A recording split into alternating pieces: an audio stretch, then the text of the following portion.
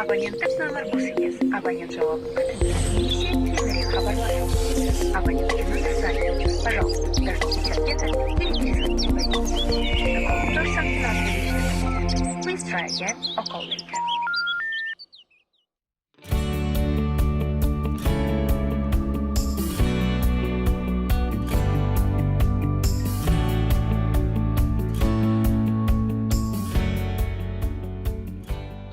Ат құлағында ойнаған қазақ жылқы малын ерекше қадірлеген. Мінсе көлік, жесе азық. Шаруашылықта да пайдаға асқан. Иә, дұрыс айтасың, Олжас. Төрт түліктің төресі деп ерекше қастерлейтін жылқының маңыздылығын айтып тауысу мүмкін емес. Ассалаумағалейкум, ардақты ағайын. Есенбісіз, құрметті көрермен. Әлемнің түпкір-түпкіріне хабар тарататын Қазақ ТВ арнасында байланыс аясынан тыс жерде реалити шоуы. Және оның жүргізушілері мен Олжас Альжанов, сұлуда сымбатты әріптесім Алма Алишева. Бүгін бір ерекше күн болмақ. Қатысушыларымыз қазақтың тағы бір тамаша салт дәстүрімен жақынырақ танысып, ептіліктерін сынап көрмек. Олай болса бастайық. Кеттік.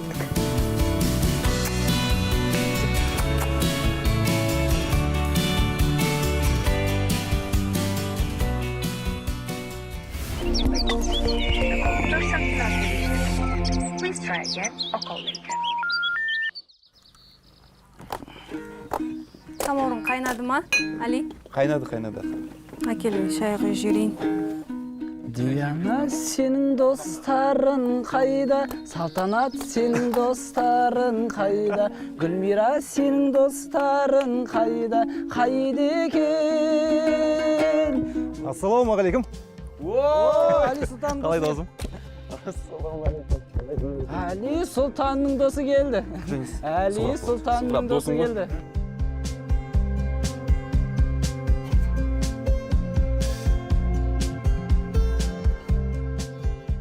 Актер, әнші, жаңағы Тараздан келіп отыр. Менің досым кішкентайынан бірге өскенбіз.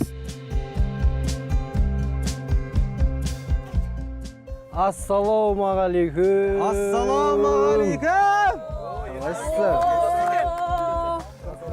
Қалайсың? Жан? Гүл маған ба? Қап-қарау көттік ән. Нағыз жігіт қой бұл гүлмен келген.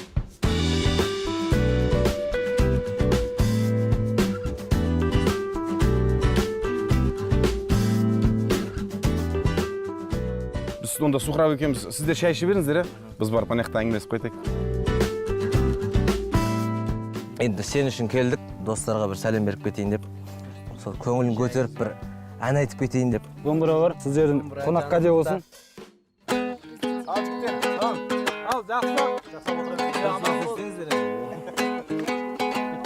Қарық болып балаға, жыл қайдасақ далаға, сиыр сауып үш мезгіл үлгі боп айналаға жүрген. Несі жаман, бұртиғаныңды сүйдім, сүйгенім үшін күйдім, не десең де келмеді ауылды қиғым.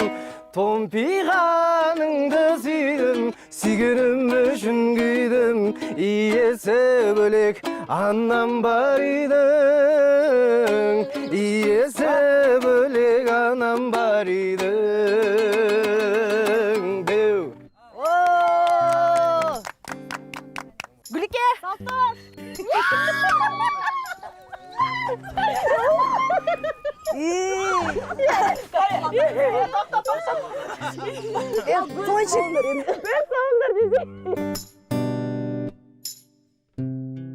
Қыздар кет, төрге қарай шаңдар.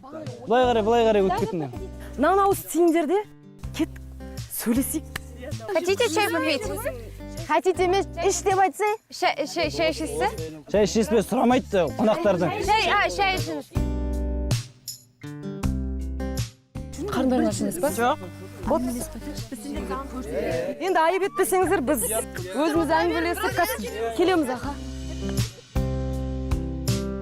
Ауылда өтіп атқан уақыттың негізі қадірін білу керек сияқты, өйткені енді қалада қайталана беретін тіршілік, бәрі адам көп, машина көп, миың ашып кетеді. Мына жаққа келіп өзімізде демалып қалдық кәдімгі. Машинадан түскен кезде уже Ауасы бөлек, иә? Ауасы бөлек. тыныштықтайсың. Тыныштық, ауасы бөлек. Бір ән айтайық. айт дегенде өлеңді аңырмаймын ай, көлден ұшқан аққудай мамырлаймын ай, қайда жүрсем жақсының жанындамын ай, іздегенмен жаманға табылмаймын ай. Күміс құмнан ай, отта тұрған ай, айналайын көзіңнен ашып жұмған ай. Жекжаттарым ай, жекжаттарым ай, жекжат болып аулыңа кеп жатқаным ай. Мә қыздар мына жер күшті қойып. Көйлектерді көрдің ба? Иә, көрдім. Қыздар, қазір сендер отыра беріңдер. Мен Гүлекенің сұхбаты бойынша локация қарап келейінші. Мына жақта тау жақ әдемі екен да, иә? Барып келейін.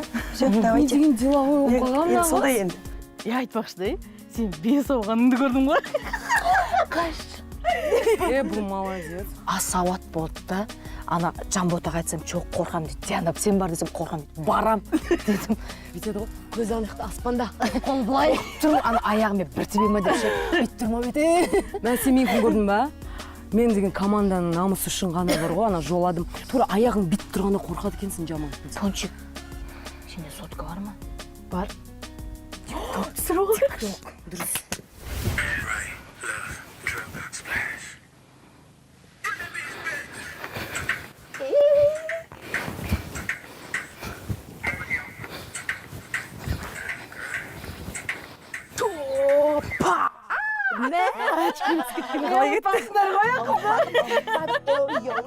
Ал досым, әңгіме айт. Қалай отыр? Өткен бағдарламаларыңды көрдім. Ұнап отырмын өзіңе. Маған негізінде енді ұнап жатыр да. Үйреніп жатырмын. Қазақтың салт дәстүрлерін көріп отырмын. Ауылда қалай өмір сүреді екенін көріп отырмын. Бұлай тәжірибе жүзінде басқаша иә? Басқаша дейсің. Жаңағыдай кірпіш құйған кезде да лайға кіріп кетесің. Кәдімгідей ондай болған емес қой менде. Кірмеген ғой. Қарасай, киіз үй құрған кезде жара шыққан етін да. Әлі кетпей жатыр. Бұндай өмір енді көрмегеннен кейін бір қиын сияқты көрінеді да досым. Таза қазақ болсын сенші. Қапырға күйіп, қалада сапсар едім ғой. Нағыз Әли Сұлтан болсын ғой. Диана, шай қойшы. Шай ішейік. Достарымыз келіп рахат болдық та. Күшті болып қалдық. Көңіл күйім көтеріліп. Келе ғой, шай ішейік. Диананың қолынан шай ішейін. Жақсы ет, иә, негізі достарымызды шақырып, иә? Қазір құрбым келеді. Праздник, да? Да, шам. Құрбын шақырдың ба сен? Подругам шақырдым. Ала қойыңыз. Қашан келеді? Білмеймін, келіп қалу керек. Жан, қалайсың? Саған кеттім ғой. Алан есен, келдің ба? Танысып қойындар, бұл мен құрбым Маржан. Қабдол, Жанбота, Диана. Шай ішіп, қош келдің. Тырнағына не болған? Сын қалды? Ас кетіпсің. Бұтаға түсірейін ба? Түсірші. Ана жерге түсірейінші, алты бақаның қасына түсір. Қазір келеміз, иә біз?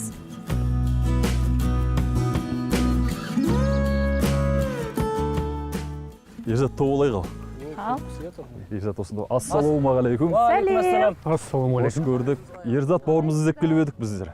Кімге келіп едіңіздер? Ерзат деген өзіміздің. Ерзатқа келдіңіздер ма? Ерзат! Қош көрдік, қалайсыздар? Төрлетіңіздер. Ассалаумағалейкум. Ассалаумағалейкум, бауырым қалайсың? Жақсы.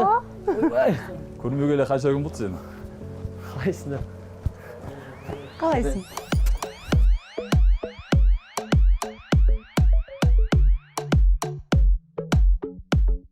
Сіздер жайғасып отыра беріңіздер, шай іше беріңіздер. Біз Жанбота екеуміз алтыбақан теуіп қайтайық. Пойдем, алтыбақан будем пинать. Пинать? Нет, тегеміз. Самаурынның шайына өтпе. Самаурынның шайы, иә. Бұл не бізде Диана Исмаилова деген қыз. Қош көрдік, сәлем. Исмаилова? Вау, өте керемет. Бізде осылай. Диана, Макс деген біздің үлкен ағамыз, әзіл қой. Сәкең бізде бас гитарада ойнайды. Бас гитара. Жамбул, клавишта, Жанболат. Рүстем, домбырада. Әсел. Скрипкада ойнайды. Мен бір сұрақ қойыншы, осы Ұлытауда кім жазады музыканы? Басын бастайтын Қыдырәлі Болман деген біздің продюсеріміз. Сол кісі бұлай идеяны әкеледі. ортаға тастайды. Соны әрі қарай біз талқылап. Басты енді бұл жерде енді мақсатымыз күйді насихаттау болғаннан кейін, сол күйдің мазмұнын бұзбай, соны әрлеп, әдемілеп әлемге жеткізу ғой енді, былайша тыңдаушылардың құлағына. Айтпақшы, не істеп жатырық? Ұлытау мен Алашұлы бірігіп әндер жазып отырық ақырын-ақырын. Енді жарыққа шығып. Негізі қазақтың әндері рокқа келеді ғой, Рокқа жақсы келеді. Рок. Сіздің күйіңіз сағындық қой мына жақта жатыр. Жарайды. Енді әншінің домбырасы екен, бірақ сонда да күйге барынша тартып көрейік. Ұлытаудың жұмыр қылыш деген біздің паспортымызға айналған күй ғой, соны қысқаша қайырып берейін.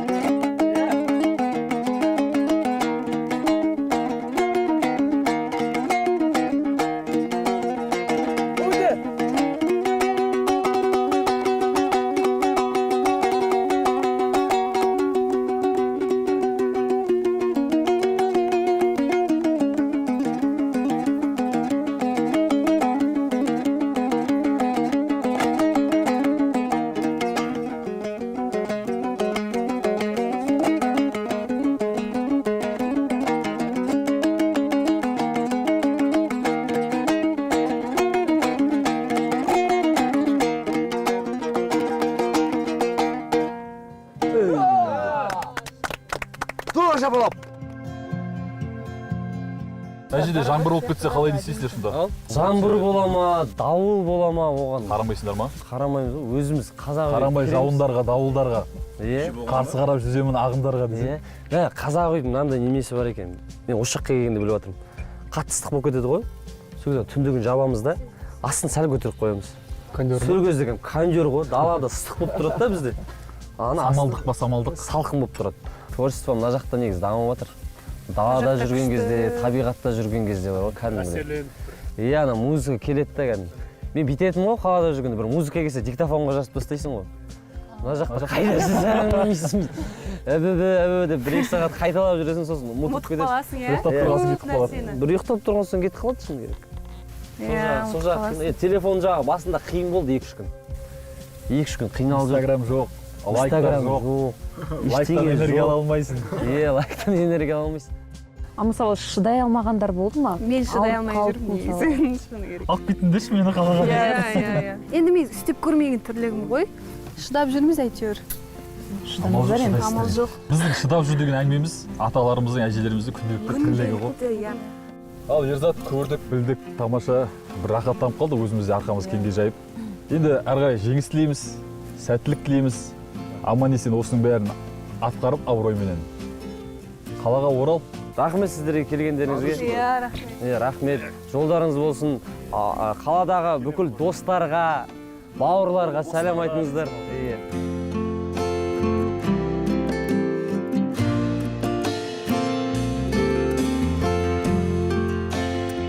Бәрі қайда айтпақшы? Білмеймін ғой, бәрінің достары келіп жоқ болып кетті ғой. Бәрі тығылған сияқты ғой бұрышқа. Не істейін? Сағынды ғой олар бір. Қой өзіміз отырып шай ішейік қайта. Тогда я давай отсюда начну. Да поменяем, да. Так. Бам, допустим, я вот это забираю 10. Да? Забираю я вот это. 8, допустим, здесь. И ты зашел, было 9. О, Джигитен! Марселен! Марсель! Алейкум, ассалам. Марсель, ұста! Ассалам алейкум. Жақсы, өзің қалай? Төрге шығыңдар. Ассалам алейкум. Таныс болайық. Алейкум ассалам. Данил? Мен сені танимын ғой. Ассалам. Сәлем. Өте қуаныштымын. Банан жесе. Нормально хоть банан похаваешь, да? Да, один банан хоть. Мәссаған мынау. Отырыңдар, төрлетіңдер. Қандай киіз үй. Осы жерде қонамыз брат біз. Ол жердесіңдер ма? Кел, төрге шық. Рахмет. Мәссаған, қарашы мынау Абылай. Мынау түлкінің тері ма не? Жоқ, қалай келіңдер? Жолдар вообще қиын ғой негізі. Африкада сияқты. Сен не қалайсың өзің? Шүкір, жақсы, сау. Күнге күйіп кетті, беті қап-қара. Нағыз 7 сайдан жігітсің ғой енді. Сенде не өмірің қалай? Біз анау бағдарламада көріп жатырмыз. Бұзықсың ғой, а? Не үшін төбелестің, а? Ой, жынысат жақ кішкене. Ну, енді досасып қалдық. Болды, төбелеспейші, а, бауырым? Отбасын сағынып кеткен шығарсың, көп көрмегенсің. Енді қызым туылғаннан кейін екінші кетіп қалған күн кетіп қалдым. Үш телефон жоқ. Жақында қырқынан шығару керек болады. Бұйыртса барамыз ғой бірге. Енді сен бармаса біз алып келеміз қызымды. Кеше сол ойлаған, негізі Даник екеуін Диананы алып келесіңдер деп, потом қойш сабыр сақтайыншы кішкене. Аз-ақ қалды ғой, 5-ақ бағдарлама қалды. Барам үйге. Bir қатсаңып кет. Енді күн сайын жарыстар сендерде, я басқа топпен жарысасыңдар. Қазір Құдайға шүкір біз ұтып келаттық. Білмеймін, бір алған қалуымен 2 ничия болды бізде. Бірақ 3-2 ұтып келаттық біз қазір. Сенің арқасында ғой? Бізде Ерзат деген бар, Алашұлының тобының әншісі. Сол енді қазақиға кішкене жақында, ол именно қазақи жерінен бізді тартып. Енді кішкене қалды ғой, давай до конца істеп, жеңіспен кел. Мен де барабанда келдім ғой. Ойнап жүрейік. Ойнап жүрейік? Давай.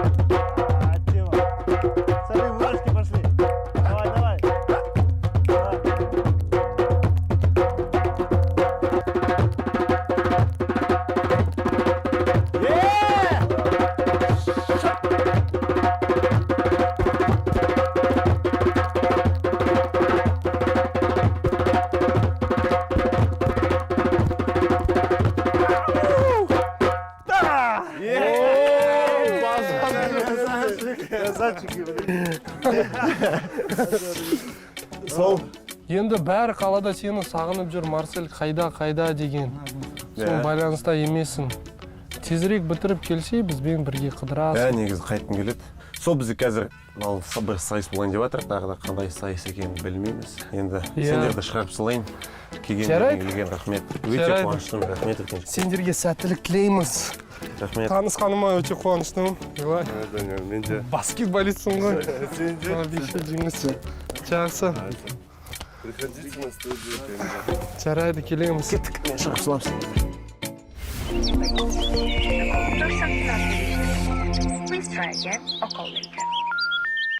Әлемнің әр нүктесіне хабар тарататын Қазақ ТВ арнасында байланыс аясынан тыс жерде реалити шоуы. Мінекей ауылға келіп, байланыс аясынан тыс жерде жүргенімізге біраз уақыт болды. Талай сын мен сынақтардан өтті.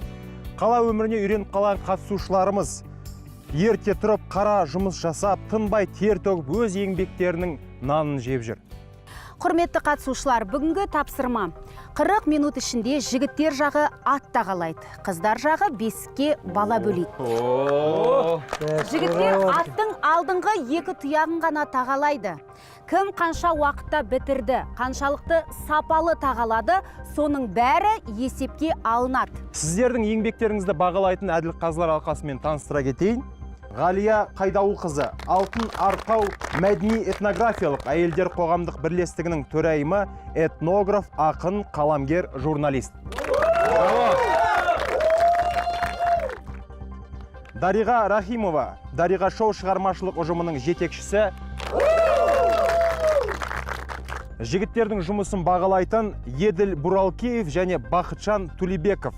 Бұл кісілер ат баптау, ат тағалау, аттарды бәйгеге дайындайтын нағыз мамандар. Ура!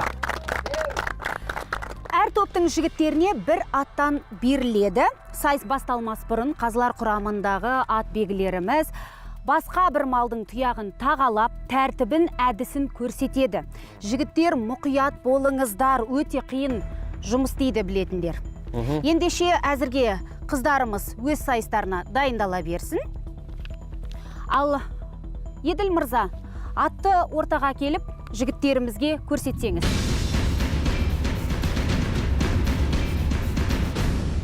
Ат тағалау деген өзіміздің ата-бабамыздан келетқан салт дәстүр. Ол ат тағалаудың өзінің бір әдістері бар. Атты бірден ақырын бет сипап, жай денесін қолға үйрету керек. Сонан кейін бұл ат деген абайсыздан бірден шошындырып бастасаң, бұл текті мал, сезімтал. Бұл бірден теуіп, жайлет істеп жіберуі де мүмкін. Ықтимал сіздер денсаулықтарыңызға зияндық әкелуі мүмкін. Сондай жағдайда жай мені басынан бастап келесіздер да бітіп жайлатып. Беріп атқан мені жағдай аяғына бітіп келгеннен кейін, мына аяқтан буыннан бітіп жай қысасыздар да, мына шынтақтарыңызбен мына буыннан жай бітіп тізенің астынан бітіп итересіздер. Сонда бұл аяғын береді. Содан кейін мына аяқты бітіп қойғаннан кейін, аяқтан асыру үшін мына артқы аяққа мұқият қарау керек. Кейбір жағдай түсінбегенде артқы аяқпен бітіп қойып атқан кезде шекеден теуіп жүру мүмкін. Сондай жерде сақтықтарыңызды кішкене күшейтесіздер. Мұқият қарабаңыздар жаңағы сіздерге. Мынандай қисықтарды сонан кейін кескен кезде де мынаны былай қисық, мынау кескіш кусачки дейді, орыс қазақшасы жаңағы кескішіміз. Бұны тік ұстау керек. Тік ұстаған жағдайда мына тұяқтың өзінің жаңағы геометриясы, жаңағы домалақ несін, соны жоғалтпайды тік ұстаған жағдайда. Ертең ана тағаңызды қойған кезде дұрыс жатады. Ал енді жігіттер мұқият қараңыздар, біз бұны бастайық. Ауырмам? Жоқ, бұл ешқандай жылқыға ауырмайды білдірмейді. Қорықпаңдар, тек қана өздерінің сақтық Берінше жылқыға жақсылық жасап жатырмыз. Иә, бұл ойлау керек қой, иә, бұл неге жақсылық жасап жатсыңдар. Тырнақ сияқты, адамның тырнағы сияқты. Иә, бұл жерде сендер онда қорықпау. Зияндарын тимейді. Егерде жаңағыдай шегесін орнықты шығарсаңдар, ол тек қана бұған жақсылық жасап жатсыңдар сендер.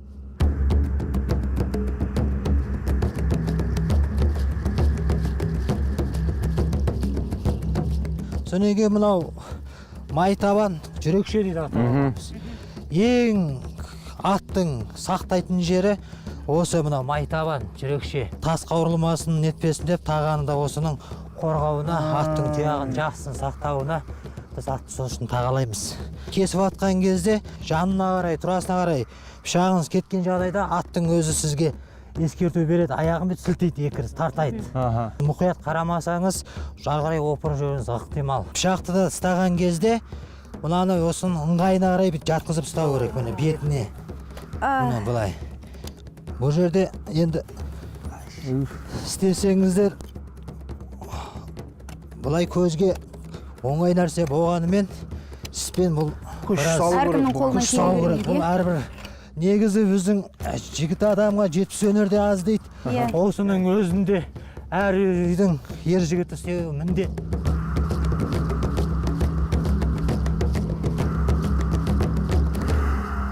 Таға жақсы жату үшін аяқты тек істеп жатырмын. Бұны да қатты егеп тастасаңыз, мына жағында да өзінің жанына барады. Мынаны бүйтіп ұрып алып атқанда ұстасаңыз, өзі жар жұмсақ. Ол жұмсаққа қарай қатты тақап алмайсыздар. Оны алған жағдайда аттың ара жанына батады. Мына тағамыз міне кішкентай болып тұр. Осындай төске бүйтіп ашу үшін тағаны жаңа тұяққа келтіру үшін. Бұл неден жасалған таға жалпы қандай материалдардан жасалады? Бұл таға өзіміздің жаңа Европадан, заводымыздан, фермадан, фирменный таға, бұл сол жерде құйылады. Европадан келген таға бізге осыны атымызға аяғын ұру үшін алып келіп отырмыз сол Европадан. Тағаның да қыстық жаздығы бар, күміс алтының да бар. Ал енді шегені қағу әдісі бар ма, өзі реті? Міне өзінің ескі шегесінің ізі де бар міне. Мынау сызыққа ұрылған. Бұл сызықтан ішке кеткен жағдайда бұл ат ақсайды.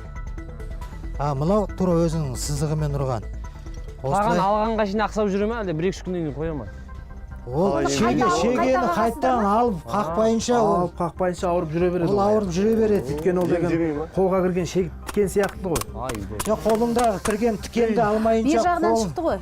Иә, дұрыс қой. Бұл дұрыс шығып жатыр қазір. Оны қайырып отыру керек. Атта осы ақсаңдап жүреді. Бұны міндетті түрде қайырып отырасыздар. Жігіттер қайырып отыру керек дейді бірден шегені. Өйткені ат деген аяқтарын сіліп тартып қалған жағдай болса, шеге кіріп кетуі мүмкін.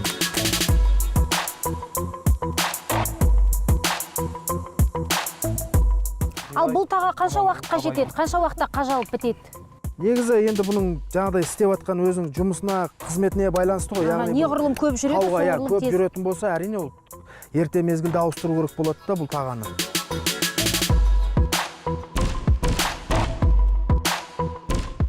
Ол кезде мындай крокодил деп қояды, енді қазақша несін білмейді екен. Қолтырауын. Қолтырау. Жоқ, бұны теге қысатын. Тегені майыстыратын. Ал жігіттер түсінікті ма? Ағамызға шапалақ. Қандай сұрақтарыңыз бар? Қойып алыңыздар, сайыс басталмайды. Қазір сайыстың барысында қоятын сұрақтарымызды қоя аламыз. Жақсылап көріңдер, ат ақсаған жоқ міне. Әдемі келе жатыр, иә? Әрі қарай көретіндеріңіз. Міне былай ұсташы, қара кабо. Кәс.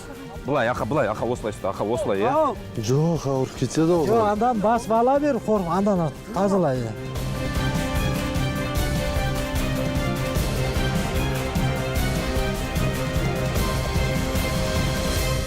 Әлди ақ бөпен, ақ бесікке жат бөпен. Please try again or call later. Жігіттер дайынсыңдар ма енді? Бірінші мен тағалаймын. Жаңағы жеңіс басын ұстайды.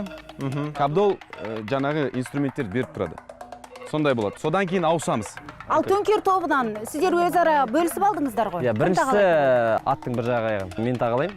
Екіншісін бізде Илай тағалайды. Ал атты ұстап, атпен сөйлесіп тұратын, аттарды жақсы көретін бізде Марсель.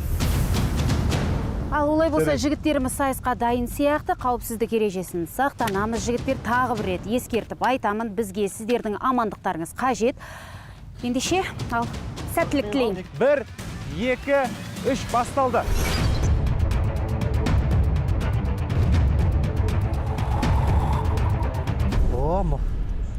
Жұқалап жайлап ала бер. Дұрыс жасап жатыр ма? Дұрыс. Бұл тірі жан, Ерзат, абайлаймыз, иә? Кесіп жатыр, дұрыс.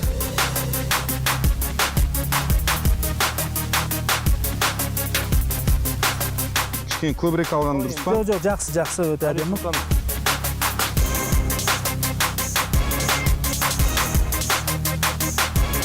Али Сұлтан, дұрыс жүріп жатыр ма? Қаттырақ еге.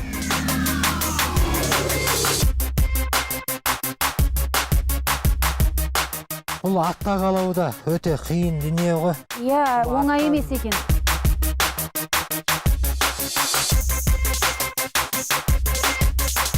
Марсель, сен не істеп тұрсың?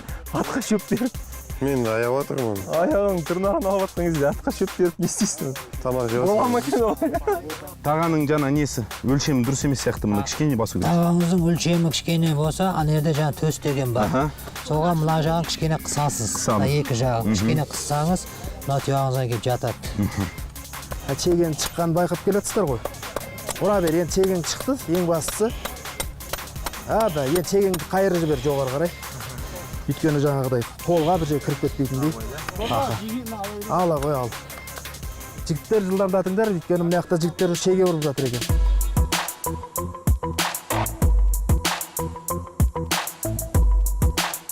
Оған ағара жарып шыққан. Қай жерін? Оқты, андағы чегені қайтадан алу керек болады бізге. Жаңағы кішкене аздап ақырын артқа қарай ұрып, Али Сұлтан қобалжып тұрған сияқты, қолы дірілдеп тұр. Жоқ, мына қатты ұстап тұрғаннан ғой. Қалай болып жатыр? Неше шеге қағып үлгердіңдер? Үш шеге, жақсы. Дұрыс па бар аға? Қайсы елkan қайда сен? Енді ұр шегенді. Қорқпай ұр, күшпен ұр. Жақсы ұрасың, ұра бер күшпен.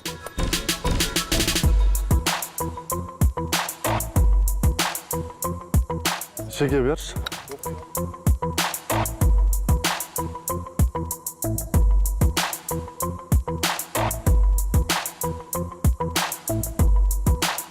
Басқасын бер.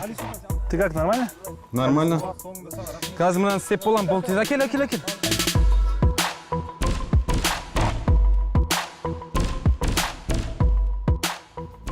Жігіттер мүмкін Ерзатқа көмектесесіңдер, Ерзаттың тері ағып жатыр. Сендер тек малды сипап қана тұрсыңдар, кішкене көмектессеңдер.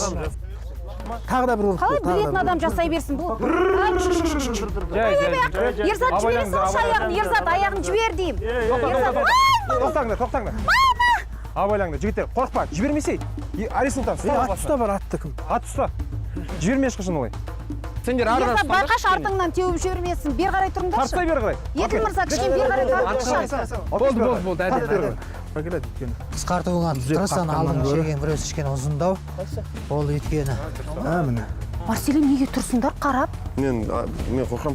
Мен аттан емес, атты оқытып аламын. Ерзатты іске салып қоясыңдар да қарап тұрасыңдар, олай да болмайды ғой. Әділдік деген болу керек қой.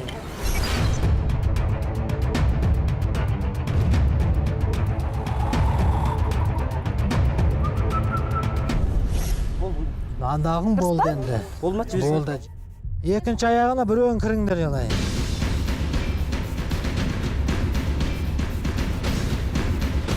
Илай, іске сәт. Дегенмен ер азаматсың, қолыңнан келеді деп сенемін.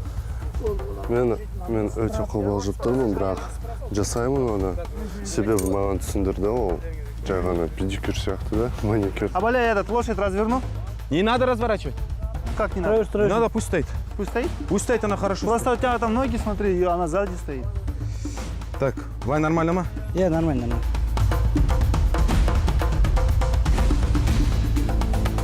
Қабдол бауырым сәттілік. Жаңағыдай екі аяғын қысып ал, асықпа. Жаңағы кім әлі қысып, басынан бастап, ең жоғары жағынан бастап алсаң мына жерден. Сонда түзу кетеді. Давай қыз. Жап шағын бер. Ананы қорықпай мына ортадағы тұрған жай әшем музырлар. Оны қорықпай ал, тастар бар о жерде. Музырлар бар, оны оқтамды бас пышағымен басып ала бер оны қорықпай. Жоқ еді. Мынау аттың да сауабын аласың, сен бұның бұлай қарағанда. Жоқ, ауыр кетеді ол. Жоқ, андан басып ала бер қорық, андан тазалайды. Мына ат тағалау деген әркімнің қолынан келе бермейтін нәрсе ғой. Әли мына жерде кішкене дұрыс болып жатқан жоқ сияқты. Аха. Мынаны алу керек сразу. Мынаны қазір ойлағам ғой бір айнап шығам ба деп. Жоқ, оны біратала сразу кесіп тастау керек екен. Мына пышақты алған кезде міне. Мынаны бүйтіп батырып аласың мына жаға. Мынаны бүйтіп басып алсаң, ашылады мына. Қорықпа, мынаны бүйтіп басып аласың, ашылады мына. Сөреге мына бүйтті мына жұқалап. Ай ауыр кетеді оған. Қыз ауырмайды, бұтыңды қыз ауырмайды, жақын тұр. Ауырмайды, енді тік ұстама, пышағыңды бұлай жалпақ ұстады, мына беті міне бұлай. Солай кес. Кес, давай. Бұл жігітіміз енді кішкене нәзіктеу.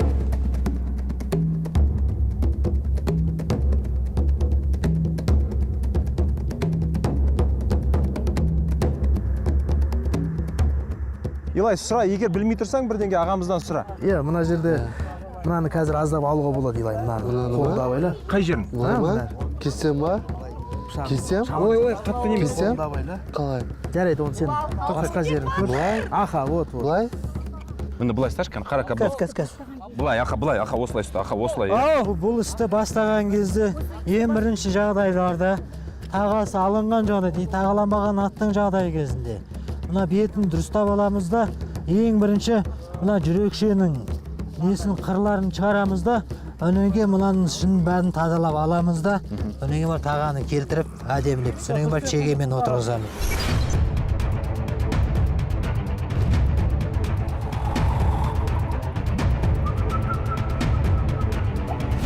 Заман достар тобы қалай? Қабдол мырза. Жақсы. Келіңіз аға, мына жерге келіңіз. Мына жердегі жігіттердің істеп атқаны іс-қимылына мен риза болып тұрмын, өйткені көп ана екінші қарсыластың ат жылқысына қарағанда мына жылқының тұяғы қаттырақ өскен екен. Оны балаларға әрине ол деген кәдімгі күш салуына тура келеді. Мынауың алынбаған сені. Қорқпа. Мынау алыну керек.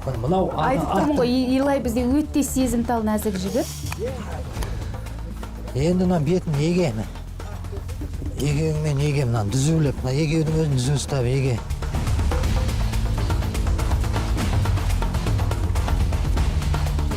Басың айналып жатқан жоқ па? Айналып жатыр кішкене. Жалғастыра аласың ба сайысты? Илай, жалғастыра аласың ба? Басың айналып құлап қалып жүрме? Жоқ, мен ешқайсыға бергім келмеді, себебі ол ауырып қояды оны. Ауырып қояды? Давай.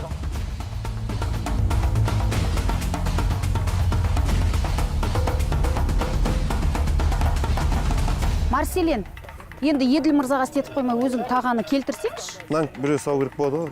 Енді біз ұстайық әкел. Былай ұстаңыз әпке. Әкел ұстайын. Бар көмектес енді қазылар алқасына жасап қой, қарап тұрсыңдар. Әкел мен септайын. Кішкене бетінен кішкене тық деп. Әкел мен.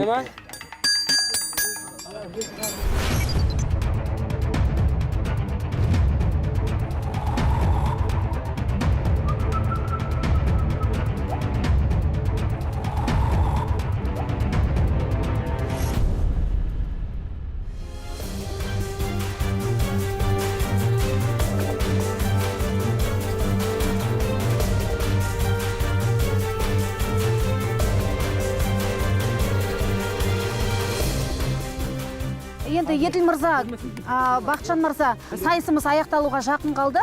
Сіздер енді әр жігіттің іс-қимылына, әрекетіне қарай бағаларын, ұпайларын бере берсеңіздер болады. 1-ден 5-ке дейін бағалайсыздар. Қыз толды, крокодилмен. Тоқта. Ақырын, ойбай, илай, ақырын. Илайға ешқандай нағырысқа кеп тұрған жоқ ол жерде. Аяғын тартып тұр, илайды тартып отыр, ол соған аяғы басталып отыр. Былай ба? Еге. Илай, мына жағамен бұда еге. Көрдің ба? Бас беге кәдімгі жігіт сияқты егесеш. Мына жақсы ғой мына, қараңыз мына тура болды. Что, болды ма? Ай, бәрекелді, болды. Болды да? Болды ма? Болды. Болды, жібере сал. Ура, бітірдік! Молодец. Заман достар тобын.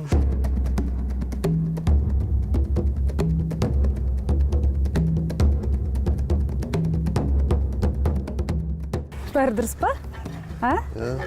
Қол қосылған. Не мына? Сырған ғой, Шеге кіріп кеттік кішкене. Ең бастысы тұяққа кірмесе болды я сен? Маған кірсін. Бәрі дұрыс па? Главное, атқа тимесе болды. Болды ғой маған.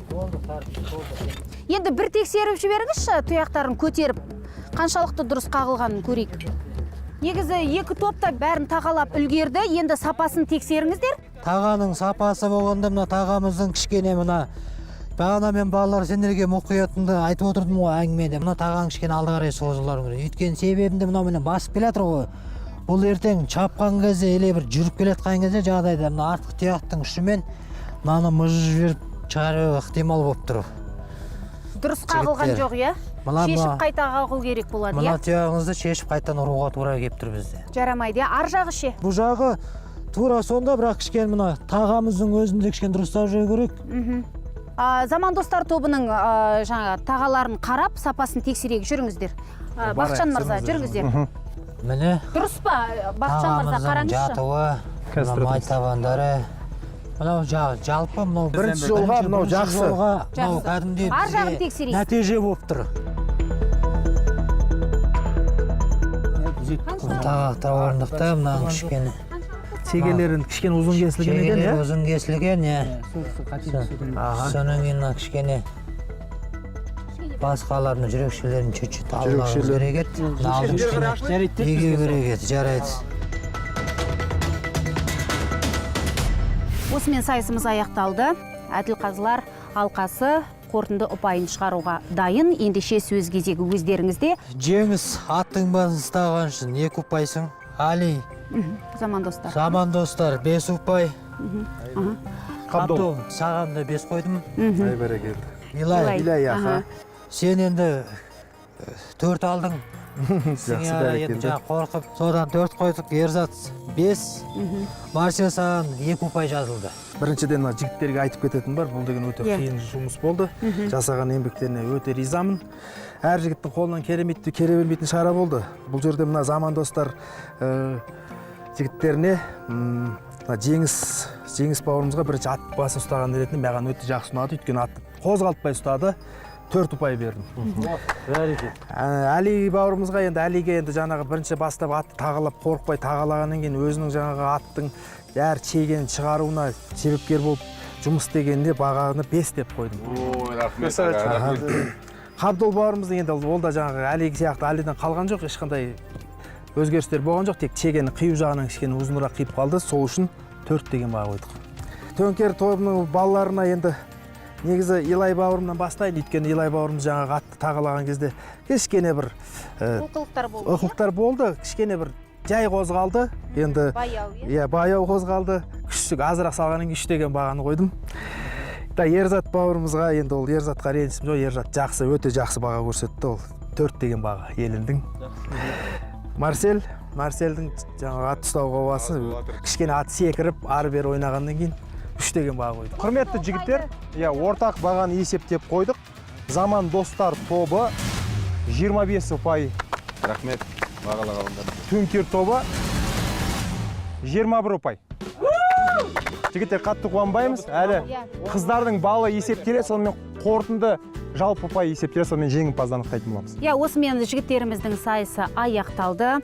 Әділ қазыларымызға көп алғысымызды білдіреміз. Жұмыстарыңыз алға баса берсін. Ал олай болса, әзірге Олжас, жігіттер сіздер демала беріңіздер. Мен енді киімімді ауыстырып, қыздардың сайысын жүргізейін. Рұқсат болса. Сізге сәттілік, аманшылық. Рахмет сіздерге ағалар. Көп рахмет сіздерге. Жолдарыңыз болсын. Сау болыңыз, жарайды.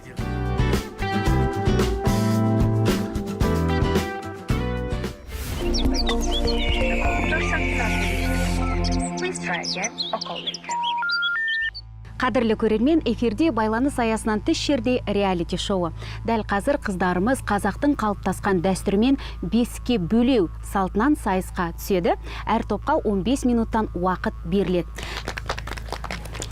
Қыздар, бұл сайысты әр топ жеке-жеке өткізеді. Сол себепті Заман достар тобының арулары ортамызда қалсын, ал Төңкер тобы өз кезегін кезетін сыртында күтетірсін. Ал олай болса, сайысымызды бастайық. Қыздар, кішкене бесікке жақындаңыздар. Бөпемізді ортаға әкелейік.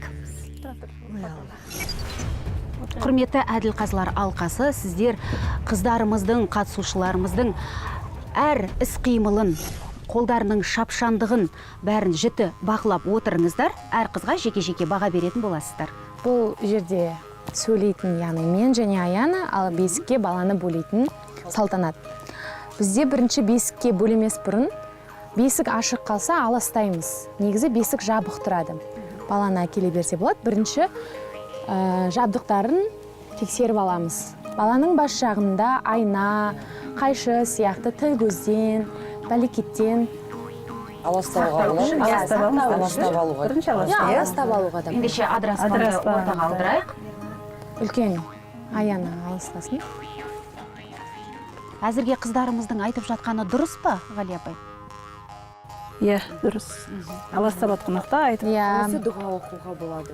Алас, тіл көзден алас, режаладан алас. Сонымен қатар, бос бесікті тербетуге болмайды. Дұрыс. Бізге енді болмайды деп үйреткен, бала болмай қалады деген сияқты. Қырқынан шыққан баланы бесікке алғаш бөлеген кезде шытырма несі өтеді. Бұл шытырманы, яғни баланың өскен кезде бай болсын, несібесі көп болсын деп, яғни кішкентай доңғалақ бауырсақтар пісіріп, тәтті бауырсақ деп айтады. Мынау жерден өткізеді. Жоқ, шүмекті қоятыр. Менің білуімше, менің әжем айтқандай, баланың дәреті дұрыс болсын деп өткізеді. Қолыңды астына жаясың, шыттыма, сен түшті деп айтасың. Рахмет. Енді баланың жөргегін саламыз. Негізі қазіргі таңда пластмассадан жасалған, бұрын сүйіктен жасаған. Жіліктен жасаған. Шүмекті. Енді баланы әкелсеңіз болады. Мойнын байқаңдар. Жайылықты жайып алайық. Балаға бесіктің нағашылар сыйлайды.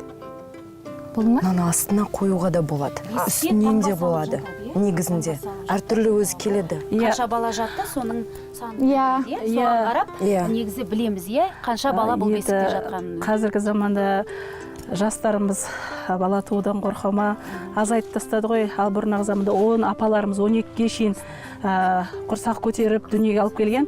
Сол баланың қанша бала туған осы бесіктің мынау арыс деп аталынады. Сол жерде мінерге таңба басылады екен. Қарып дейді. Сонда қанша туған, біреу, екеу, үшеу, төртеу, бесеу, алтау, жетеу, 12-ге дейін осы жерде қарып басылады екен. Содан білуге болады.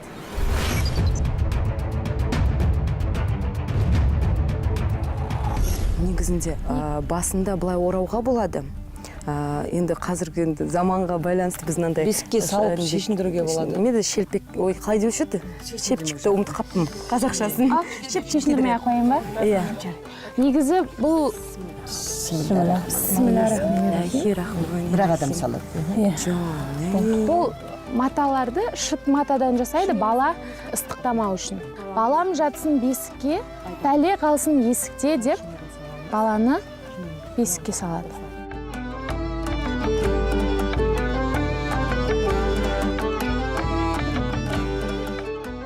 Негізінде жаңағы шүмектің өзі ешқашан оны пластмастан жасамаған. Ол пластмасының жоқ болғандығынан емес, табиғи нәрсеге табиғи нәрсе ғана үйлеседі. Табиғи нәрсе ғана денсаулыққа пайда келтіреді. Оны біздің халқымыз, қазағымыз шүмекті асықты жіліктен жасаған. Асықты жіліктің жалпақпасы үстіне қарайды, ол сырғып кетпейді, тайып кетпейді. Асықты жіліктің тұрқы ұзын болады. Ол ана түбекке дейін тиіп тұрады.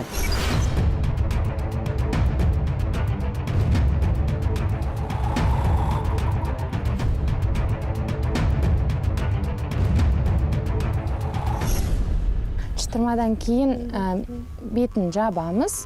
Сосын тағы бір салт бар, егер ұл бала болса, пышақ қоюға болады. Қамшы қоюға болады. Тыныш болсын деген. Ертоқым қоюға болады. Сосын мынадай киімдерді үстіне жабады да.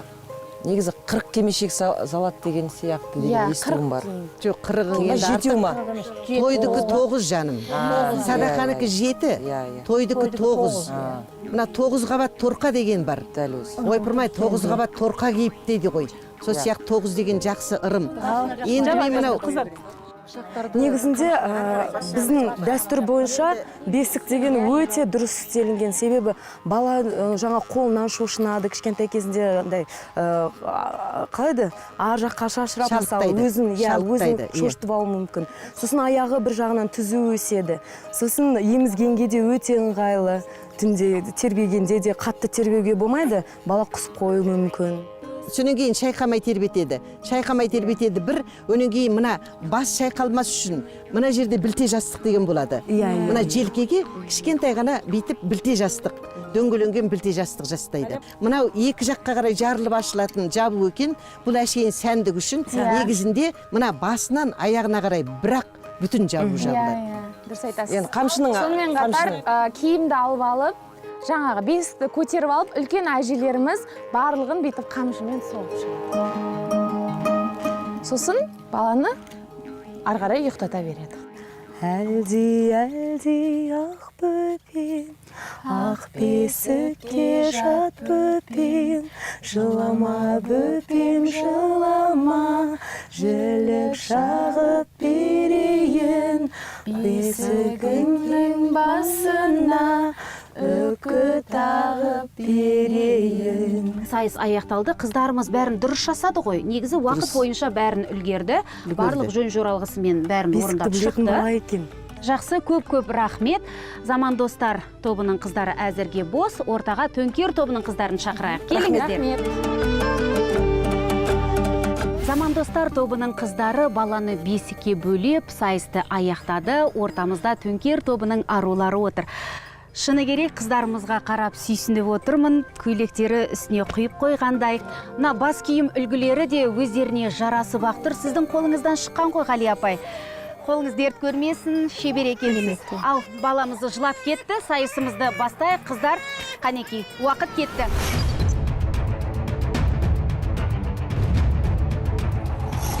Бисмиллахиррахманиррахим. Алас, бәле жәледен қалаш. Бисмиллахиррахманиррахим. Бәле жәледен алыс кет. Бисмиллахиррахманиррахим. Көзі бардың көзіне, тілі бардың тіліне, қайтып барсын өзіне. Одан кейін түшті ма? Салт дәстүр бойынша. Көтеш. Түшті ма? Түшті ма? Біз көмектесіп жіберейік. Түшті ма? Түшті. Жинап ала ғой. Ай, бәрекелді. Біз көрікті болсын деп тарақтарды, айналарды жастықтың астына қойып қоямыз. жаялықтарын салмайсың ба потом қайда ойбой жайылық, иә жайылық. Дұрыс салып жатыр ма? Диана. Жоқ. Дұрыс емес. Диана. Несі дұрыс емес? Аяқ жағына салсын. Ашу керек, е? Ашу керек. жасап жіберейін. Аяқ жаққа и бас жаққа. Сасқалақтамай, дұрыс жасаймыз. Бізге тиіп жатыр мынау. Анем. Жоқ, қыздар. Иә, сонда. Дұрыс жасап жатқан жоқсыңдар. Мен кішкене көмектесіп жіберейін. Енді қыздар ғана баламыз жаурап қалды. Қабаттаймыз. Аяқ жаққа алайық. Екінші жағақты алып келеміз. Екі жағалайық. Бұл бас жағына.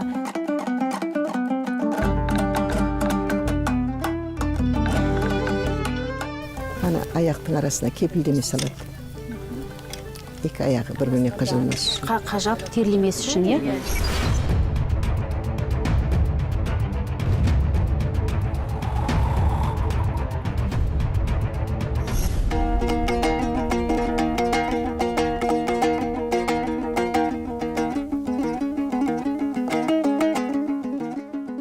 Ал, есіп жүрін айтты, балаларымыз жылап кетті.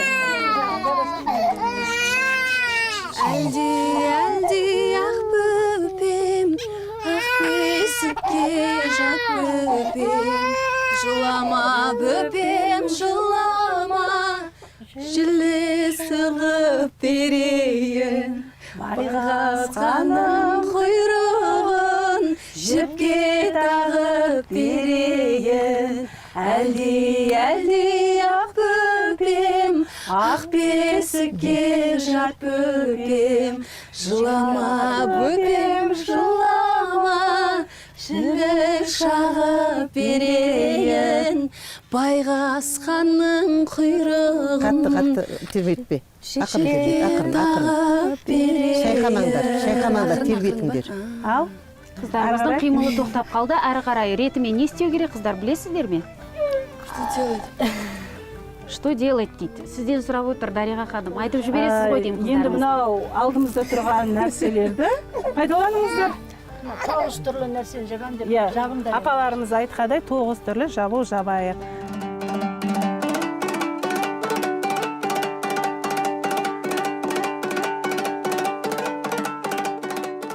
Төңкер тобының қыздары сайысты аяқтады. Әділқазылар алқасы бағасын шығарғанша Заман достар командасының қыздарын ортаға шақырайық. Қыздар, келіңіздер. Мінекей екі топтың да қыздары ортамызда. Ендеше сөз кезегін Ғалия апай сізге беремін. Енді бұл жерде әрине өте кемшілікке кеңшілікпен қарадық.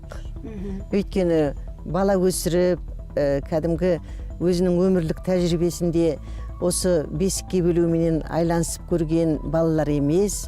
Былайынша айтқанда бойжеткендер, тіпті ана болғандарының өзі дәл осы тәжірибеден өтпегендер. Дей тұрғанмен де ең бірінші біздің қуанып көңілге тоқ болып отырғаны ынтасы барлығы. Осыны үйренгісі келетіндігі, осы біздің салт дәстүр екеніне құрметпен, жан тәнімен осыны түсінуге, білуге ұмтылысы. Сол маған өте үлкен әсер қалдырды. Заман достар тобына 3 қызға да мен 5-тік баға бердім. Не үшін 5-тік баға бердім? Бұлардың әдемілігі үшін, болмаса бір сондай бір керемет, бір әдемі қыздар болған үшін, киінген үшін емес.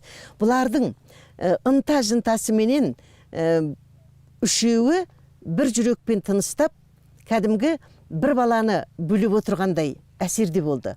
Ал төңкер тобы бұл қыздарымда аздаған, енді пәлендей деп айтпаймын, аздаған кемшіліктер болды. Көп нәрсені аса біліңкіремейтіні белгілі болды. Ана қыз жаңа бесіктегі сәби неге шырқырап жылады? Өйткені оның орауы келіспеді. Мына қолды, баланың қолын орағанда біріктіріп денеге жабыстырып орамайды. Арасына жаңағы жөргекті сала орайды. Салатта астына жібереді үшін. Екіншісінде солай. Сонан кейін шаршылап салады жөргекті. Аяғында солай жасайды. Екі тізе бір-біріне қажалмау керек, терлемеу керек. Сондықтан ол бар. Жалпы кішкентай бір ебедейсіздіктерің болды.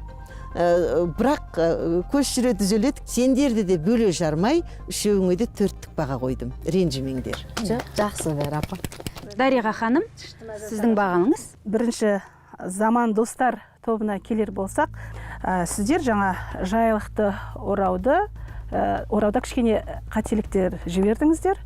Сол жайлықтыорауда кішкене біліп жүрсеңіздер дейміз. Енді Аяна саған 4 деген баға қойдым. Аягөз сенің мағлұмат бергенің, дұрыс мағлұмат бергенің үшін 5 деген баға қойдым. Және Салтанат Құдайбергенге керемет әнің үшін 4 деген баға қойдым. Төнкер тобының қыздар өздері өте керемет сұлу қыздар. Гүлмира әдемі жаңағы аластау сөздерін айтып, кереметтеп аластады. Жын шайтан бәрі кетіп қалды. Тұштымаларыңыз дұрыс. Ал енді сол жайлықта өте үлкен қателік жібердіңіздер. Қалай ашу керек, қалай аяққа, белге, басқа деген сияқты мүлдем оны дұрыс жасай алмадыңыздар. Ол кемшілік, үлкен кемшілік болып саналады. Гүлмира Ізбасхановаға 3 деген баға қойдым. Диана Исмайлға 4 деген баға және Жанбота Қойлыбаеваға 3 деген баға қойдым. Осымен қыздарымыздың сайысы аяқталды. Әркім өзіне тиесілі ұпайын алды. Заман достар тобы қорытынды ұпайы 28, Төнкер тобының қыздары 22 ұпай алды. Менің ең сүйікті саным. Жігіттеріміздің ұпайымен қосып, жеңімпаз топты анықтайтын боламыз. Салт дәстүрімізді, әдет ғұрпымызды дәріптеп, насихаттап жүрген апайларымызға көп-көп рахмет. Құрметті көрермен, арнамыздан алыстамаңыздар, жеңімпаз топты бірге анықтайық.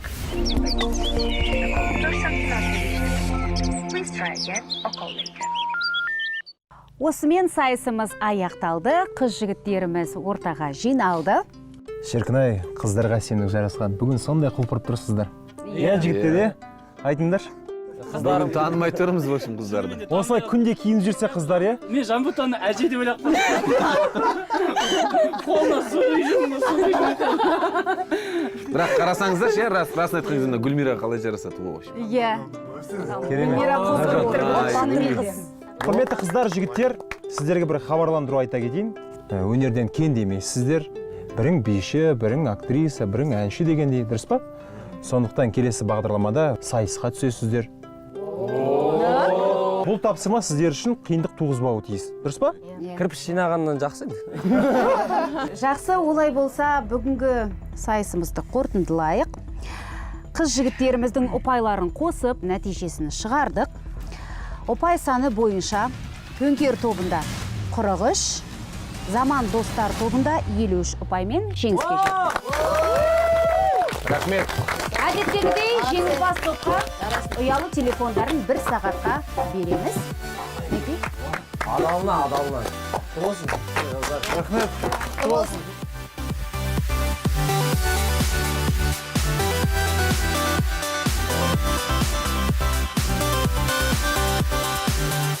Осымен әлемнің әр нүктесіне тарайтын Қазақ ТВ арнасындағы байланыс аясынан тыс жерде реалити шоуы кезекті бағдарламасын аяқтайды.